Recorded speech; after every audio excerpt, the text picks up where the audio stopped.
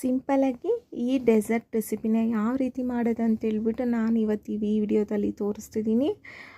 ನೋಡ್ತಿರ್ಬೋದು ಎಷ್ಟು ಕಲರ್ಫುಲ್ ಆಗಿದೆ ಅಂತೇಳ್ಬಿಟ್ಟು. ಟೇಸ್ಟು ಸಹ ಅಷ್ಟೇ ತುಂಬಾ ಚೆನ್ನಾಗಿರುತ್ತೆ. ಈಸಿಯಾಗೂ ಸಹ ಮಾಡ್ಕೊಳ್ಬೋದು. ನಾನು ಇಲ್ಲಿ ಒಂದು ಅರ್ಧ ಲೀಟ್ರು ನಾನು ಹಾಲನ್ನು ಕಾಯಿಸೋದಕ್ಕೆ ಅಂತ ಇಟ್ಕೊಂಡಿದ್ದೀನಿ.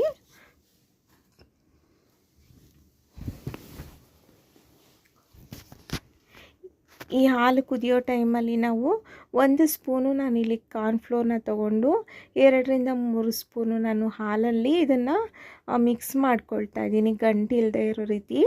ಈಗ ಹಾಲು ಕುದೀತಿದೆ. ಹಾಲು ಕುದ್ದಿದ್ದಾದಮೇಲೆ ಈ ರೀತಿ ಬರೋ ಅಂಥ ಕೆನೆನೆಲ್ಲ ತೆಗೆದು ಪಕ್ಕಕ್ಕೆ ಇಟ್ಕೊಳ್ಬೇಕು. ಮತ್ತು ನಾವು ಮಿಕ್ಸ್ ಮಾಡಿ ಇಟ್ಕೊಂಡಿರೋ ಅಂಥ ಕಾರ್ನ್ಫ್ಲೋರ್ ಮಿಕ್ಸ್ಚರ್ನ ಹಾಲಿಗೆ ಮಿಕ್ಸ್ ಮಾಡಿಕೊಂಡು ಕಲಿಸ್ಕೊಳ್ತಾ ಬಂದರೆ ಸ್ವಲ್ಪ ತಿಕ್ಕಾಗಿ ಆಗುತ್ತೆ ಹಾಲು. ಈಗ ನಾನು 1 ಕಪ್ ನಾನು ಇಲ್ಲಿ ಸಕ್ಕರೆನ ಬಳಸ್ತಿದ್ದೀನಿ. ಸಕ್ಕರೆ ಬೇಡ ಅಂತ ಅನ್ನೋರು ಕಲ್ಲು ಸಕ್ಕರೆನ ಸಹ ಪುಡಿ ಮಾಡಿ ಸೇರಿಸ್ಕೊಳ್ಬೋದು. ಮತ್ತು ನಾನಿಲ್ಲಿ ಡ್ರೈ ಫ್ರೂಟ್ಸಲ್ಲಿ ನಾನು ಇಲ್ಲಿ ಪಿಸ್ತಾ ಮತ್ತು ಗೋಡಂಬಿ ಮತ್ತು ಬಾದಾಮಿನ ನಾನು ಇಲ್ಲಿ ಸೇರಿಸ್ತಾ ಇದ್ದೀನಿ. ಇದನ್ನೆಲ್ಲನೂ ಈ ರೀತಿ ಚಿಕ್ಕದಾಗಿ ಕಟ್ ಮಾಡಿ ಪಕ್ಕಕ್ಕೆ ಇಟ್ಕೊಳ್ತೀನಿ. ಈಗ ಕಾಯಿಸಿಟ್ಕೊಂಡಿರೋ ಅಂಥ ಹಾಲಿನಲ್ಲಿ ಇದನ್ನು ಡ್ರೈ ಫ್ರೂಟ್ಸ್ನೆಲ್ಲ ಹಾಕಿ ಇಟ್ಬಿಟ್ಟು ಫ್ರಿಜ್ನಲ್ಲಿ ನಾನು ಇದನ್ನು ಕೂಲ್ ಆಗೋದಕ್ಕೆ ಬಿಡ್ತೀನಿ.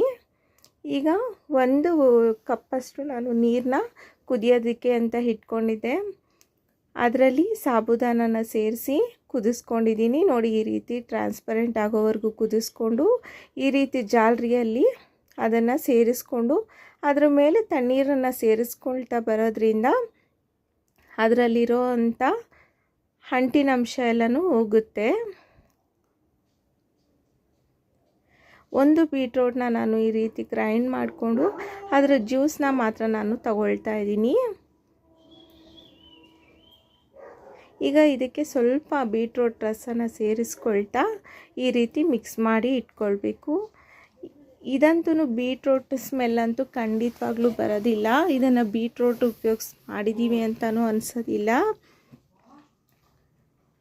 ಮತ್ತು ಅದೇ ಪ್ಯಾನಲ್ಲಿ ನಾನು 1 ಕಪ್ಪು ನೀರನ್ನ ಸೇರಿಸ್ಕೊಂಡು ಮತ್ತು ಒಂದು ಅರ್ಧ ಕಪ್ಪು ನಾನು ಶಾವಿಗೆನ ಸೇರಿಸಿ ಈ ರೀತಿ ಬೇಯಿಸ್ಕೊಳ್ತಾ ಇದ್ದೀನಿ. ಇದನ್ನು ಸಹ ಈ ರೀತಿ ಜಾಲರಿಯಲ್ಲಿ ಹಾಕ್ಕೊಂಡು ಸೋಜಿಸ್ಕೊಳ್ಬೇಕು. ತಣ್ಣೀರನ್ನು ಮಿಕ್ಸ್ ಮಾಡಿಕೊಂಡು ಈ ರೀತಿ ವಾಶ್ ಮಾಡ್ಕೊಳ್ಳೋದ್ರಿಂದ ಅದರಲ್ಲಿರೋ ಅಂಥ ಗಂಜಿ ಅಂಶ ಎಲ್ಲನೂ ಹೋಗುತ್ತೆ. ಶಾವಿಗೆ ಅನ್ನೋದು ಉದುರಾಗಿ